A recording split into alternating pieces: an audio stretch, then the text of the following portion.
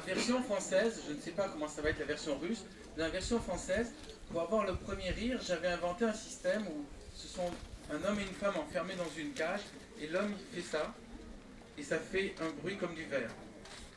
И в первом варианте пьесы, вообще в первом варианте этого произведения были представлены два героя закрытые в нечто в объеме, напоминающем клетку. И в какой-то момент мужчина подошел и сделал вот такое движение, напоминающее стук по стеклу. Et il fallait que je pense en visuel et en mime, et après quand il faisait comme ça faisait juste un sifflement. И, соответственно, мне нужно было дать какое-то звуковое оформление и в то же время показать пластику движений. И в этот момент он сделал пальцем вот так, и звук пальца, проведенного по стеклу, тоже был зафиксирован. Et après il fait un bruit, et ça fait un glissement plus fort. После этого послышался звук более громкий, это была ладонь, прислоненная к стеклу и тоже опущенная вниз. L'idée, c'était que je voulais qu'avant qu'il ait dit un mot, avant qu'il ait fait quoi que ce soit, la salle ait une première curiosité, voire un premier sourire.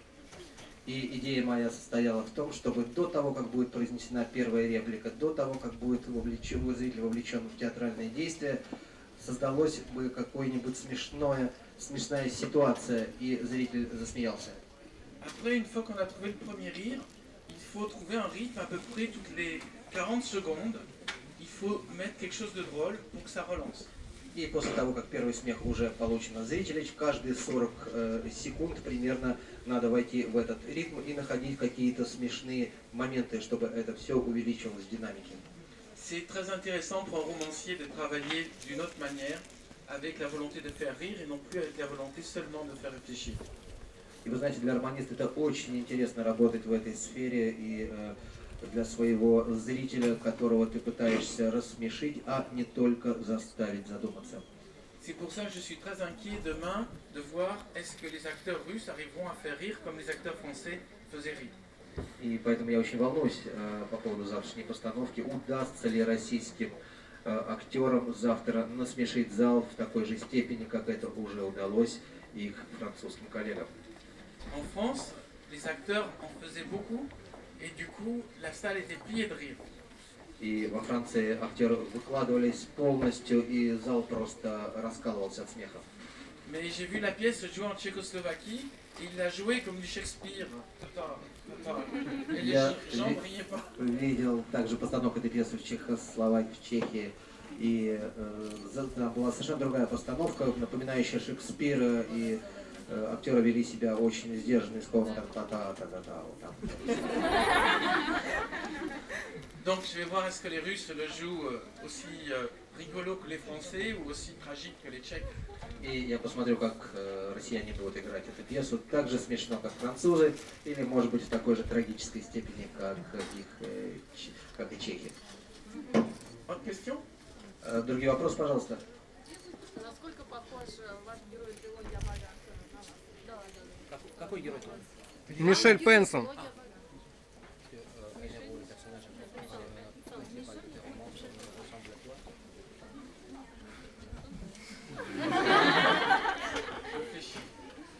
Un tout petit peu. Да, надо обдумать этот вопрос. Non, je ressemble pas vraiment à l'homme, parce que l'homme il est plus dur que moi. Да, я, может быть, если мы говорим об этих персонажах, я на этого мужчину не очень похож, он более жесткий, чем я. Je suis beaucoup plus gentil que lui. Я все-таки более любезный, чем он. Mais j'ai essayé de créer un personnage très misanthrope, très solitaire. Ну, я постарался все-таки создать персонажа такого мизантропического свойства, такого уединенного, углубленного в себе. Vous voyez, moi je suis pas misanthrope, la preuve c'est que je suis au milieu de vous tous. Поскольку я не мизантроп, вот доказательство, я среди вас тут в самой середине нахожусь. Je prends un bain de foule avec vous. J'adore ça. Да, и вот действительно огромное количество людей, целая банда, можно сказать, передо мной. Autre question? Другие вопросы, пожалуйста. А вот дружба между Мишелем Пенсоном. Так, пожалуйста. Allez-y. Где будет постановка пьесы?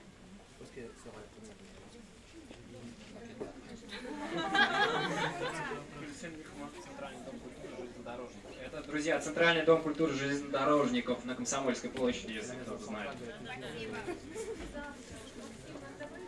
Как вам приходят сюжеты ваших Завтра премьера будет произведений? вечером. Сюжеты произведений как вам? Je voyage. Я путешествую.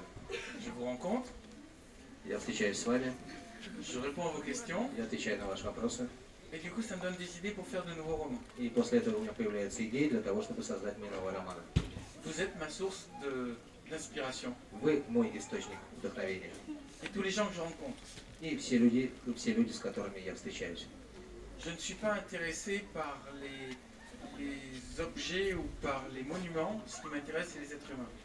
Я совершенно не интересуюсь ни какими-либо предметами, ни туристическими, историческими достопримечательностями. Меня интересуют только человеческие создания. Quand je voyage, c'est pas pour visiter des églises ou pour visiter des monuments. Ce qui m'intéresse, c'est rencontrer le plus de gens possible, et c'est ce qui se passe actuellement. И когда я путешествую, меня интересует не посещение каких-то исторических мест, а встреча с людьми, и именно так я провожу свое время. C'est aussi pour ça que je fais ce métier. Вот почему я занимаюсь этим ремеслом. Sinon, une autre source d'information, c'est tout simplement quand je regarde les actualités, j'ai envie de réagir. И кроме того, другой источник информации, это то, что когда я смотрю на происходящие в современности вещи, это является источником моих дополнительных сведений. Comme j'étais journaliste, je vois la différence entre la réalité et ce qu'on vous présente à la télé. Поскольку я был журналистом, я вижу разницу между реальностью и именно тем, что вам показывают по телевизору. Mais comme je ne peux pas vous dire, on vous présente des choses et moi j'en ai vu d'autres en voyageant, je le raconte à travers mes romans. Но поскольку я не могу сказать всем, что вам-то рассказывают одно, а на самом деле все происходит другое, потому что я все это видел во время своих путешествий, я свои мысли излагаю в романах. J'écris pour vous donner envie, vous aussi, de réfléchir par vous-même et d'être créatif.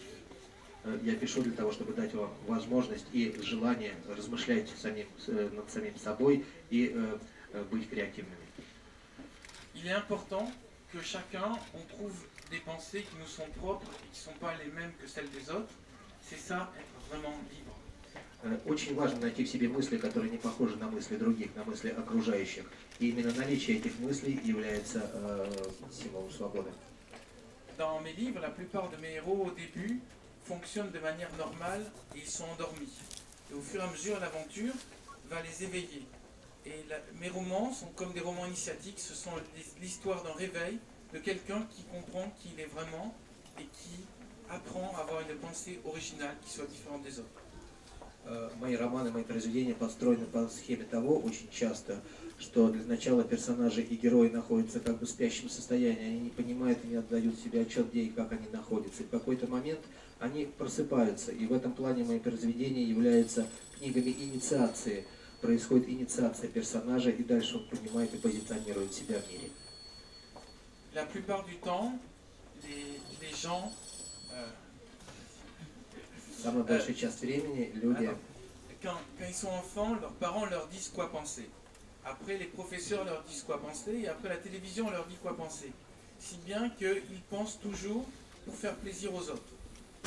Соответственно, получается так, когда дети маленькие, родители им рассказывают, о чем надо думать. После этого приходит черед преподавателей, которые в свою очередь объясняют, как надо думать. И, соответственно, дальше приходит черед остальных. А здесь нет свободы мыслей самих людей.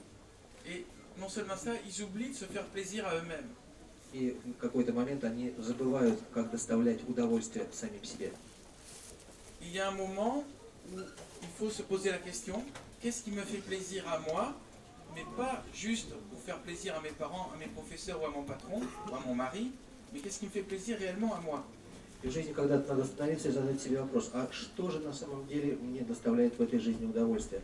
Что именно надо сделать, а не делать что-то хорошее для своих родителей, для своих учителей, для своего патрона или, может быть, для своего мужа. Il y a des personnes qui traversent toute leur existence en ne faisant que plaisir aux autres, sans se poser cette question. И очень много живет людей, которые проходят через весь отрезок своего существования, исключительно только доставляя удовольствие другим и не задумываясь над этим.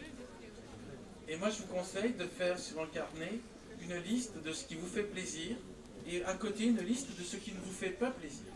Я вам советую поступить так. Это очень просто. На дневнике или в блокноте на одной части напишите, что вам доставляет удовольствие в этой жизни, а на другой части вещи, которые вам не нравятся.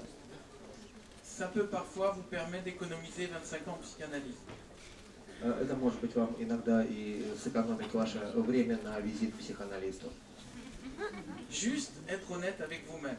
Самое главное быть просто откровенным с самим собой. Moi-même, j'essaie de faire ce travail et en écrivant les livres et en faisant que mes personnages font ce travail, j'essaie de vous donner envie de faire ce travail. Я сам занимаюсь этой работой, и мои персонажи точно так же занимаются этим. У меня есть большое желание, чтобы то же самое делали и вы.